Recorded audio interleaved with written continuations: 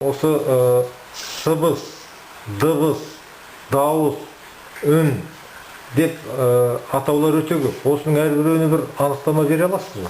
Мынау сыбыс деп жыланның ысылдағаны, сылдырап бұлақтың аққаны, сіркіреп жауынның жауғаны, уыл, гуыл, дуыл, суыл, шыңыл, қаңқыл, ыңқыл, сыңқыл, тыққыр, сыққыр, мыққыр, қыққыр, пыққыр, ғаң, ғұң, тоң, ноң, бұң, жоң, сұң, ұру, тоқпақ, соқпақ, тоқпақ, осының бәрі кеп сыбысқа білдіртпей тұрып естілетін болатын мысалы. Ал дыбыс деген, ол енді анықтала бастайды. Мына ненің дыбысы, мына қасықтың дыбыстардың, мына ненің дыбысы, бұл кесенің дыбысы, мына ненің дыбысы, міне осындай әртүрлі дыбыстардың өздерінің орны бар. Енді сыбыстан келіп дыбыс құрылатын болса, дыбыстан кейін келіп дауыс шығады. Бозінгеннің бүлкілдеген түйенің дауысы, шошқаның қосылдаған дауысы, аттың кісінеген дауысы, мысықтың мияулаған дауысы, иттің үрген дауысы, осының бәрі ауылға баратқан кезде, емесе қала беретін кезде, осы дауыстың бәрі ерекшеліктер көрініп отырады. Ал енді дауысты арнайы оқу орнына оқуға түсіп, өзбек үніне келтіреді, орыс үніне келтіреді, қытай үніне келтіреді, кәріс үніне келтіреді. Міне қазақ қана өзінің оқу орнында қазақ үніне келтірілмей отыр.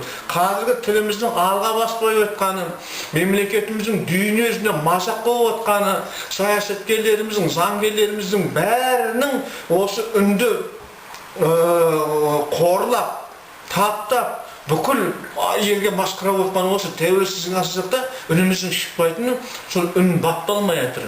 Үнге бет бұрмай жатырмыз.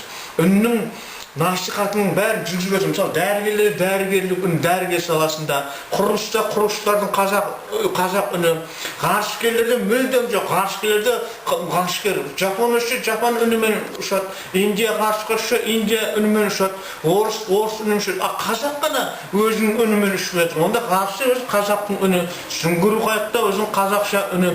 Қай салада болмасын, сол салада кәсіптік деңгейге жеткізген кезде үн құлпырады. Мысалы, балалар бағындағы балдардың үні, мектептегі оқушылардың ересек үні, бал бөбектер үні, балдырғандар үні, боз балалар үні, бой жеткенден кейінгі үн. Онда айтасың, сыңсу, жар бет ашар болса, ер жеткенден кейінгі үн. Сосын әкенің үні, атаның үні, бабаның үні, дәдәнің үні. Кезде біз неге Абайды айтамыз, неге Шаққаринді айтамыз, неге жаңа Пушкинді айтып жатыр, неге Махатма Гандиларды айтып жатыр, солардың бәрін артында іздеуші болып, сол үнде отыр. Қазір бізде Абай бар, Абай үні жоқ. Абай тілі бар, Абай үн тілі жоқ. Абай сөзі бар, Абай үн сөзі жоқ. Сол сияқты қазақ елі бар, қазақ елінің үні жоқ. Қазақ мемлекеті бар, қазақ елінің үні жоқ.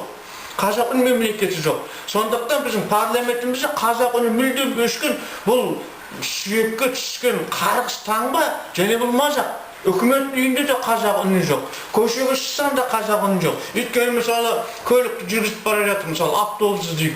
Соның ішінде 100% қазақ үнінде қазақша жүргізу. Киіндің ба қазақша киіз, қазақтың үні.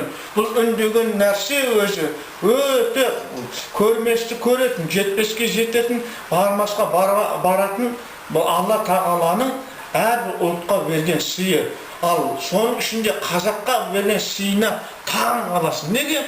1,5 миллиард Қытайда Бозінгеннің үні, Наридірген, Ботақан, Бозтайлақ деген үн жоқ. Бұл қазаққа тән үн. Сондықтан домбырасының, қобызының, сасырнайының, шаңқобызының, жетігенінің, адырнаның, дауылының, дауылпазының бәрінің үні Бозінгеннің үнінде тұр. Оны бізде оқытылмаймыз да, ал оқытыл, оны шеберлігін арттыру керек. Қай шебер болу үшін оған уақыт бөлу керек. Оған оқу ақысын, жаттығатын орнын бәріне келтіріп отқанда ол өседі. Немесе Тайбурылдың шабысы. Жаңа айтып отқан түйе мәдениет деген ол 1 миллиард Индияда да жоқ, 1 миллиард Америкада да жоқ, жарты миллиард Европада да жоқ. Ал қазақ әркімдігін көшіріп алып, мазақ болып жүр, өзінің үні өшіріп жатыр. Дәл сол сияқты Тайбурылдың шабысы, кісінегені, көңіл ашары, бал бұрауы, осының бәрі керекті үнге қатысты нәрсе. Енді жерді көтеріп тұрған бұқаның үні, сиырдың үні, бұзаудың үні, бұл деген қажет қой. Қойдың үні қандай жақсы, қозының үні қандай жақсы, қошақаның үні қандай жақсы. Сонда жер бетінде адамдарға Алла Тағала үн сыйлағанда қазаққа бірінші түйе үнін берген, екінші бие үнін берген, үшінші сиыр үнін берген, төртінші қой үнін берген, бесінші ешкі үнін берген, алтыншы түйеқұс үнін берген, жетінші бесінші апа үн, ас үнін берген. Бұның мәні өте тереңде. Бұған өте үлкен көңіл қойу керек. Көңіл қоймағаннан жаңсыз сұрақ қойып жатқан сыбыс деген сол. Дыбыс деген де сол. Сіз мысалы түйенің үніменен ненің үнін ажыратасыз. Жылқының үнін. Жылқының үнімен сиырдың үнін ажыратасыз. Бірақ оның Алла Тағала беріп қойған шыңы бар. Сол сияқты біздің де өзіміздің әрбір аспапта, әр дүниеде ойнау үшін мына мінезде үн болу керек. Абай атамыз айтқандай, бізде құлақ бар, ми жоқ.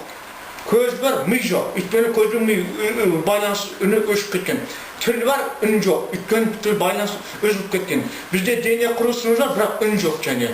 Önümüzün bәрінің атауы кеткен елдің матауы кетеді. Матауы кеткен елде шын тәуелсіздік еш уақытта болмайды. Оны болдыратын үн.